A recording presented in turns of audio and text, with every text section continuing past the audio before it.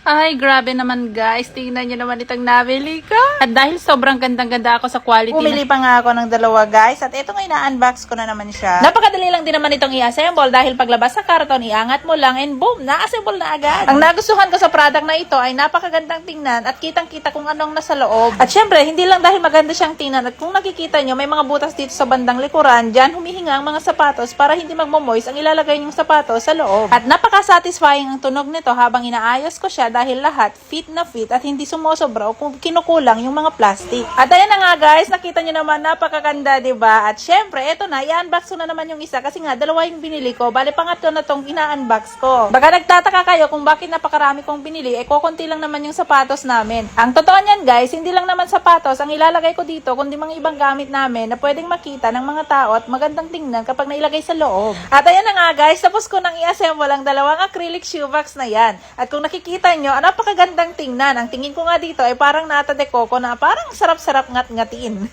Char lang, hindi nyo alam guys kung gaano ako kasaya sa maliit na bagay na to. At ito nga yung unang binili ko at syempre dito ko itatabi yung dalawang inassemble ko. Nakita nyo naman kung gaano kagulo dito, diba? Sigurado ako mas maayos ng tignan pag nailagay ko na dito yung dalawang na i-assemble ko. At ayan na nga guys, finally, nailagay ko na silang tatlo dyan. Kita nyo naman kung anong laman, may pa-tissue pa, may papayong pa. O diba, hindi lang sapatos ang pwede nyong ilagay dyan. Kahit ano naman, basta magaan at magandang tingnan. O diba, mas umayos ng kaunti kumpara naman kanina nung hindi pa ako nakapag-ayos dyan. Kaya nakakaganda talaga ng bahay kapag mas maayos ang lagayan ng inyong mga sapatos. Bili na rin kayo habang nakasale pa tong mga to.